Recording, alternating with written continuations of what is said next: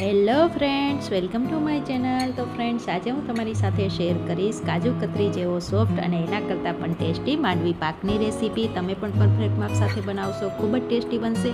અને હા friends, video start કરતાં પહેલાં તમને એક રિક્વેસ્ટ છે કે તમે હજી સુધી મારી ચેનલને સબસ્ક્રાઈબ ના કરી હોય તો જરૂરથી કરી દેજો અને સાથે રહેલા બેલ આઇકનને પણ પ્રેસ કરી દેજો.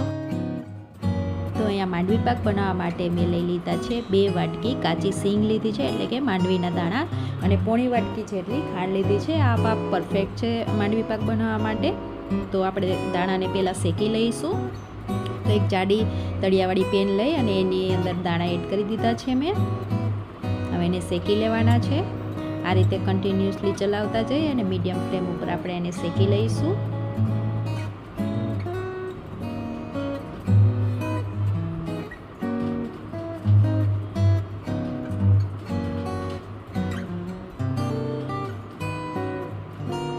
આપણે સિંગના ફોતરા આસાનીથી ઉતરી જાય એટલી જ આપણે સિંગ શેકીશું. વધારે લાલ નહીં થવા દઈએ, નહીં તો માંડવી પાક પણ છે આપણો લાલ થશે.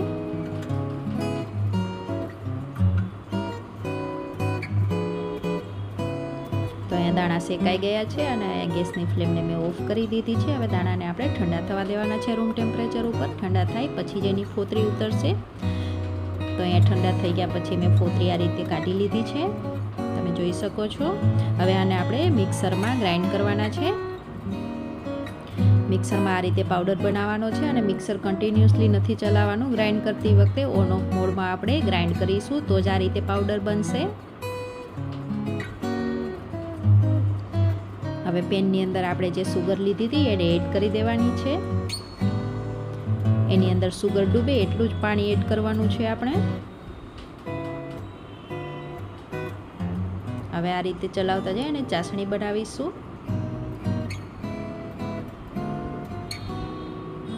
માંડવી પાકની અંદર ચાસણી પરફેક્ટ બનવી ખૂબ જ જરૂરી છે, નહીં તો માંડવી પાક છે એ ઘણી વખત ચાસણી ઢીલી રહી જાય તો જામતો નથી, અને વધારે આવી જાય તો કડક થઈ જાય છે.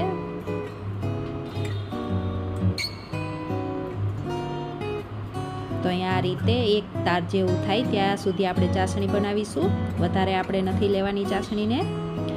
તો અહીંયા ગેસની ફ્લેમને મેં લો કરી દીધી છે. ચાસણી આપણી તૈયાર થઈ ગઈ છે અને એની અંદર આપણે જે પાવડર બનાવીને રાખ્યો તો એ એડ કરી દઈશું. પછી આ રીતે મિક્સ કરી લેવાનું છે.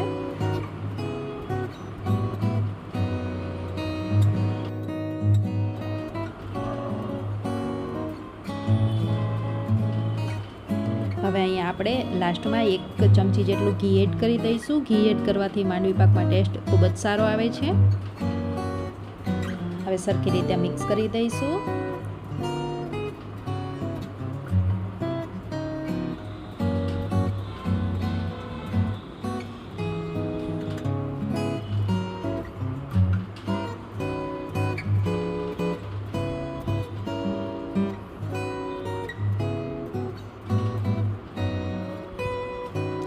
બધી વસ્તુ સરખી રીતે મિક્સ થઈ ગઈ છે, તમે જોઈ શકો છો. અને આપણો માંડવી પાક તૈયાર છે.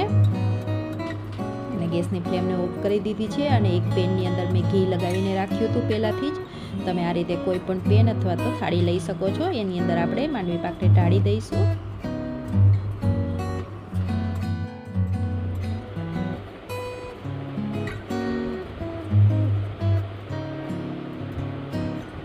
હવે ઢાળી દીધા પછી આ રીતે વાટકીથી સેટ કરી દઈશું.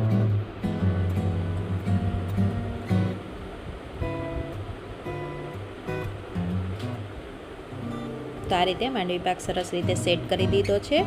હવે આ રીતે આપણે નાઈફથી કટ કરી લેવાનો છે.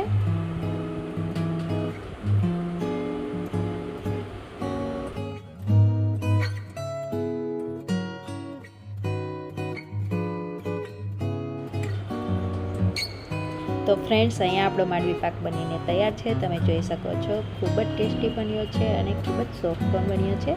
તો ફ્રેન્ડ્સ, તમને પણ જો આ રેસીપી સારી લાગી હોય તો વિડીયોને લાઇક કરજો, શેર કરજો અને ચેનલને સબસ્ક્રાઈબ કરવાનું બિલકુલ ના ભૂલતા. Thank you, bye bye.